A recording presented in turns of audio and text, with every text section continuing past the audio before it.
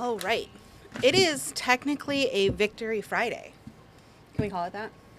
It is a Friday, and the Lions are coming off a win, correct? All right. Yes.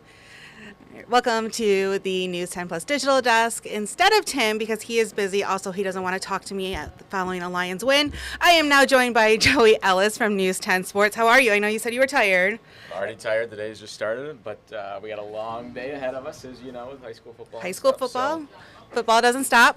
never stop. And I know a lot of people were probably up watching the Lions-Chiefs game because we had it here on WILX, We too. did. It was a late night for us. It was a But late was night, fun. and it was worth it. What are your initial thoughts on the game now that it's over? It's a win to start the season against, obviously, the reigning Super Bowl champs, so you're not going to discredit that. And I know Kansas City was a bit shorthanded. No Chris Jones, no Travis Kelce. I think if either of those two guys play, especially Kelce, the result's probably a little bit different. A little bit different or significantly different?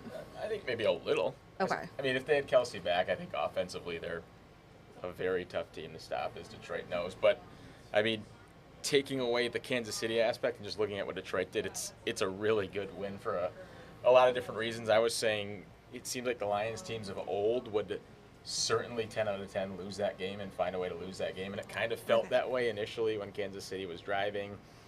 Although we were talking about it in there that it didn't make sense going for it if you're Kansas City on that long fourth down when you had 3 timeouts, you had the 2-minute warning. And Detroit really wasn't doing a whole lot offensively as well in that situation. But it's a big win. It's a big momentum-boosting win, but it's also just one game It in is. a 17-game season. And if there's anybody who knows that you can't look ahead, it's Lions fans. But it was a big win, and they'll have to try to back it up now at home in a place that's going to be absolutely rocking 10, 12 days from now. So one thing that we were kind of talking about here in the newsroom, did the Lions win or did they find a way to not lose? Yeah, I never liked that question. They won the game. Okay. I mean, they won the game. But yes, you're right. They found a way to not give it up, which, again, as I said, it's 10 times out of 10. In previous years, they probably would find a way to lose that game. Even last year. Even last year. Yeah. But, I mean, coming out of there with a win against the best player in football, I know he didn't have a whole lot to work with. They had some bad drops that I'm sure he's losing sleep over still. Patrick Mahomes, that is. But they won the game. It was a kind of, on the heels of a huge expectation offseason where, expectations are through the roof for Detroit. Very. Some warranted, obviously, but they went out there, played probably a B+ football game, especially offensively, and they found a way to win the football game. So Jared Goff did say that they did not play great football no, last night. especially on the offensive side, they could have been a lot better. They didn't really run the ball all too well, though David Montgomery had the big touchdown run, which was the game-winning touchdown run, and then obviously salted away with the first down. Jahmyr Gibbs looked good as the rookie, catching the ball and running the ball, and obviously Brian Branch, the rookie defensive back, who had the big pick six. What about the trick play? The punt? Yeah, Love that it. everybody's talking Fred about. hates it. Fred hates it? As you can Okay. imagine. I mean, it's a risky play. It's early on in the game. You're on your own, 17 or 20-yard line. 17. But you need 2 yards, and Dan Campbell did it all last year. He said if we think we can get the yardage, it's just another down. It's fourth down, yes, but it's another chance to move the sticks and keep it going. I loved it. I mean, I thought they knew they had to send a message early, and they ended up scoring on it too. And it was a big kind of jump start for what they, believed they could do in Arrowhead. So you said it sends a message. What does this win, whether big or small, say to the rest of the league?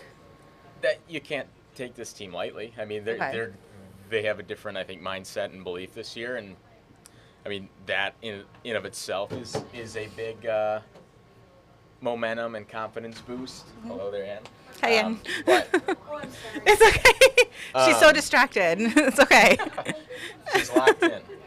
But I think you just can't take this team lightly more than anything. In the most Detroit of possible ways, they could go out and lose the next 6 games because that's what we've been accustomed to seeing from them. But I think it does show that, hey, we went in there, the toughest place to play in football. We came away with a win. That's kind of the message I'm sure that's coming out of the locker room. And they believe they could go in there and win that game. So I don't think it's too big or too small. It's just kind of they expected to win, and they actually went out and did it this year, which is a shocking surprise from years past. I think I could play a little bit of this. Oh, I thought Fred was going to come over here and say something about the play, but it's okay.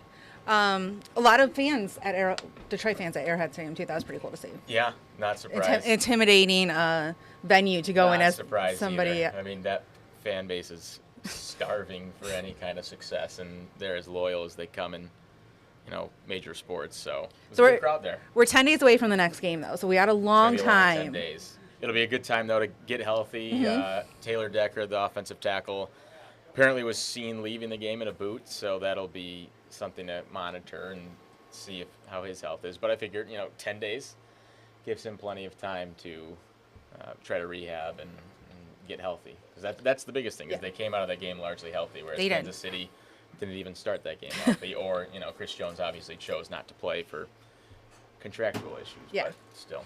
So, like we said, next up is not this coming Sunday, but next Sunday against the Seattle Seahawks at Ford Field. Place is going to be extremely loud, as you can imagine. But it's not the only football we're talking about. We also have both Michigan and Michigan State playing tomorrow, both against teams with not the greatest track record against Big Ten teams. Michigan State is hosting Teams in general. Richmond Spiders. What do you think about that one?